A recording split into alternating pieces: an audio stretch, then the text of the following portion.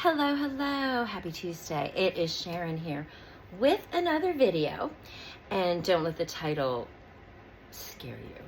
It's a day in the life of a woman who has implants that have erupted. Yes, it sounds crazy because it is crazy. And I'm here to tell you my story. This is your first time coming to my channel. Welcome. I welcome you with open arms. Please subscribe to my channel. I do a lot of things, a lot of different things. So this is one of them. And this is about a day in the life of someone who's dealing with a health issue, which is really super rare. Okay, first of all, let me give you the background. About 10 years ago, 11 years ago, I actually did genetic testing. 11 years ago. I think it was maybe 10, I don't know. I did genetic testing for cancer. There's a lot of people have cancer. My mother had breast cancer. She was a survivor of breast cancer. My aunts on my father's side, I have like 3 of them that have had breast cancer. 2 of them had died. 2 of them survived. Let's see. You know, a lot of cancer. There's a lot. My aunts, there's all kinds of cancer too. There's breast cancer. There's colon cancer. There's ovarian cancer. There's, I don't know if we have brain cancer, but we have pretty much every cancer, right? So I went to get genetic testing and I couldn't find a specialist that would tell me not to have a full mastectomy and a full hysterectomy, to not have preventively. So I scheduled it. I had a full mastectomy and a full hysterectomy. I had a hysterectomy first and I was like 45 or so, and maybe it was 44. I don't know. Well, anyways, I had the hysterectomy first. And I went right into menopause. And since when I did the genetic testing, I found out that I do have the cancer gene, which is called BRCA, which is, it's BRCA is an acronyms. And there's BRCA1 and there's BRCA2. BRCA1 is usually of Jewish heritage, gets BRCA1. And I don't know, you Google's your friend to find out more information about BRCA testing. It can save your life. It saved mine. But anyways, okay, so first thing happens, you get your mastectomy. You know, they put expanders in, and these expanders, I'm a small person, so the expanders, but I had really huge. I don't anymore, but I've had expanders put in, and this was, keep in mind, you know, over 10 years ago. So the expanders like hurt, and I had a lot of pain, I had a lot of trouble with the expanders. So I opted to get out earlier and have a smaller size, and because you expand it for the implant to go in, right? So and when they do this, there's a little slice in the side, like a pocket, where the next time they replace them, because typically you have to replace your implants every 10 years. So that will go into that. That's my procedure I have to go to next. So anyways, I'm BRCA positive too. So I couldn't find anybody to tell me not to have a surgery preventively. So and I was young, and I had my family and my husband, and I made the decision to preventively do both surgeries. So the hysterectomy, we won't go into that, but this is about the mastectomy. So the mastectomy, I had the expanders put in. They hurt so bad. I literally, I mean, really, to be honest with you, they just hurt so bad. They were very, very, very, very, very painful. I have somewhat of a headache. I have terrible sinuses. Anyways. Yeah, I didn't feel like looking at myself. Is that terrible? Okay, so fast forward, had everything done, all stuff done. I had teaks. I must have had like 3 or 4 teaks for surgery. My boobs weren't 100% like even, you know, but nobody could tell. I put a bra on, you know, with padding. You're good. So I was like, I can't take no more, right? I was like, can't take no more. So, you know, I've been going along all these years, and all of a sudden, I noticed that one of my implants, your implants, you go through a process, it's called flop and drop, or drop and flop or something. So I thought this was part of the flop and drop. Well, this was a few years later. But anyways, the one implant started to go down more, where it was like, it's like, actually, if you look at it, it's like, it's down. And this one, if you look at them, they're not 100% even. I mean, they look pretty good, but this one, see how it goes down really far? It goes down all the way here. It's exploded. It's erupted. They call it erupted, and both of my implants are erupted. I had an MRI. I found out they both were erupted, but encapsulated. Yeah, so they're erupted in the implant, which is silicone. silicone, which is safer than it was in the 70s and everything like that. Don't worry about it. It's not like leaking and stuff like that. That doesn't happen anymore. They've come really far with implants. But anyways, so on the 17th, so I went to my surgeon. I had all these MRI. I had to get a ton of MRIs done. Different things. I got a breast MRI. They said, yes, it definitely is whatever it is. Erupted but encapsulated. And then I had another MRI because I had to have another MRI. Oh my gosh, sorry. This is this is a extension. This is I put onto my hair today. But anyways, I found out they erupted. I'm like, oh my God. And they did no pain at all until recently. And what happens recently, they feel stretched, like stretched. So, how it happened, I'm going to tell you. This is my theory because I know myself and I know my body. Mine started with, I started working out with weights. Not really super heavy either. Like the highest weight I'll work with is like 20 pounds. And I'll do like 20-pound curls.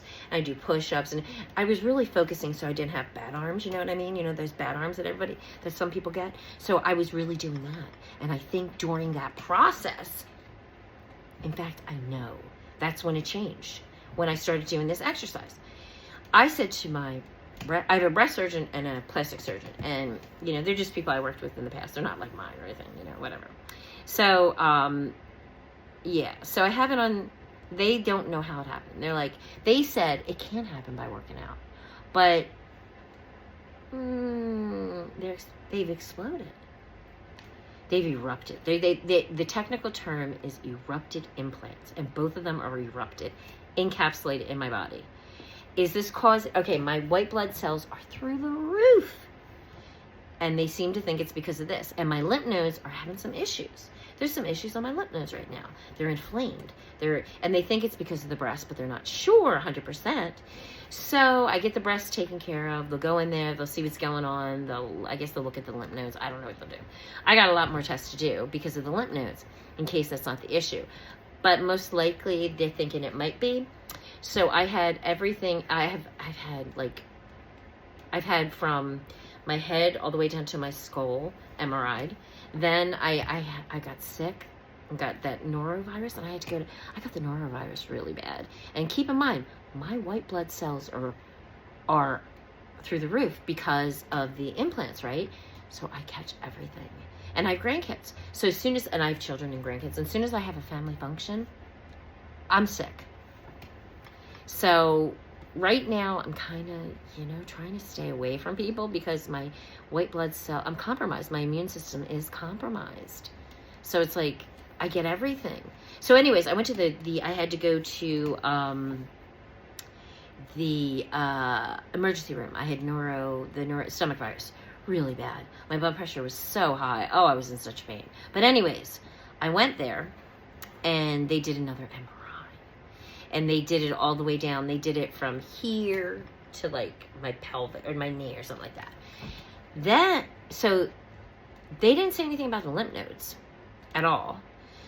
They said that there was a little mass on my kidney, but it's really the size of a pea. So that's gonna be looked at afterwards. And the mass is really small, so it's gonna be looked at. They're gonna handle the breast. And they get new breast, and then we'll wait after recoup, and then we're going to have to handle the other issues. The other issues might handle themselves because if it's because of the breast eruption. And it's very, very, very, very, very rare.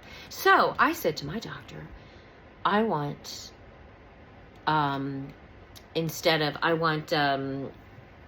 saline instead of, he said, saline breast, or I don't know if you guys know this, but saline, if you get a saline implant, which they said they're horrible to work with. They really, it's all about the other implant I have. I can't think of the implant I have.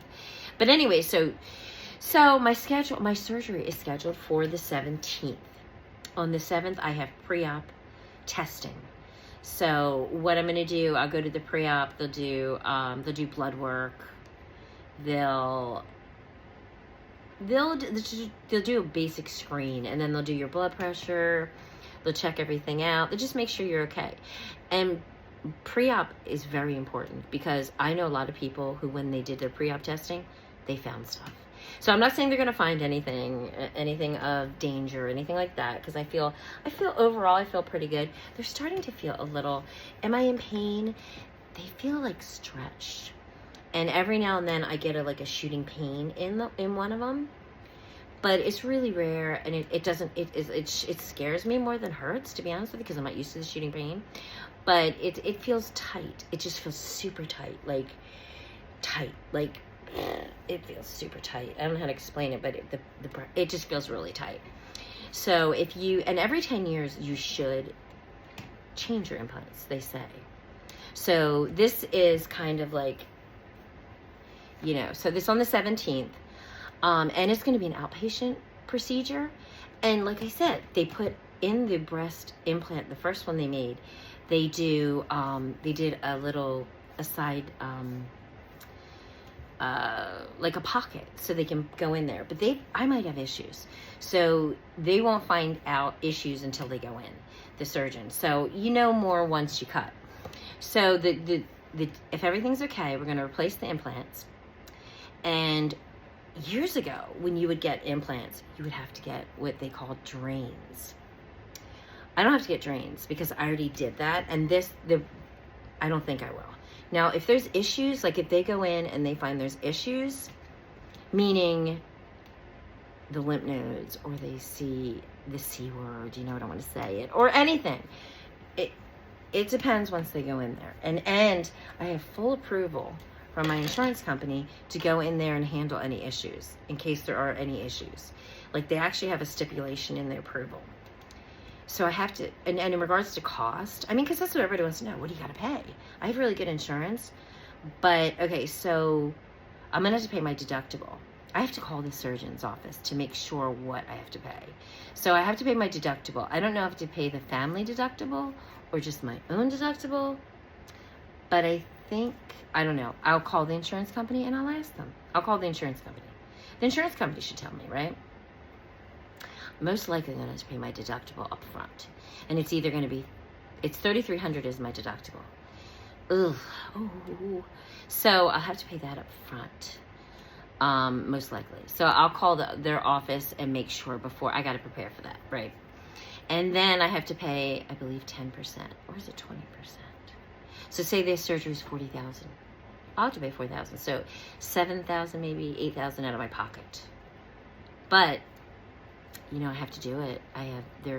You would think they would be covered more. Like, I wouldn't have to pay as much. Insurance is really different now. Well, my husband works for a good firm.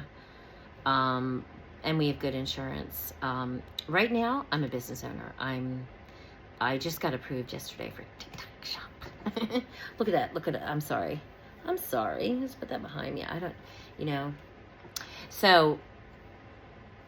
So every day, it's like on the 17th, I had to calm down my exercise. I still do it, but I stay away from the weights. I'm still doing everything else, and I'm making sure to get my steps in and everything, because it's so important to work out. It helps with recovery. So it'll be outpatient, like I said. I won't need drains, because it's set up where you don't need them. But if something goes wrong, I might need drains. And drains are really, that's probably the grossest part of surgeries for having breast implants, is the drains. You have to have drains, and you have to have them changed, and they're in for 2 weeks in the beginning. I think it's 2 weeks. I forget. It was a few years ago, right? And it's kind of somewhat of a blur. And I had to do teak surgeries. I think I did like 3 different teaks. I still didn't get it 100% the way I wanted to, but... And then I also have a tattoo. I have a nipple tattoo. I got rid of my nipple. Totally got rid of the nipple. They just suggest get rid of it all. Get rid of everything. You should just get rid of everything. There's people that get a lumpectomy. Everybody I know that has a lumpectomy, did a lumpectomy, had to go back because cancer came back if they had cancer. So I said, you know what? If there's nothing there, you're not going to get cancer. Oh, I gotta breathe.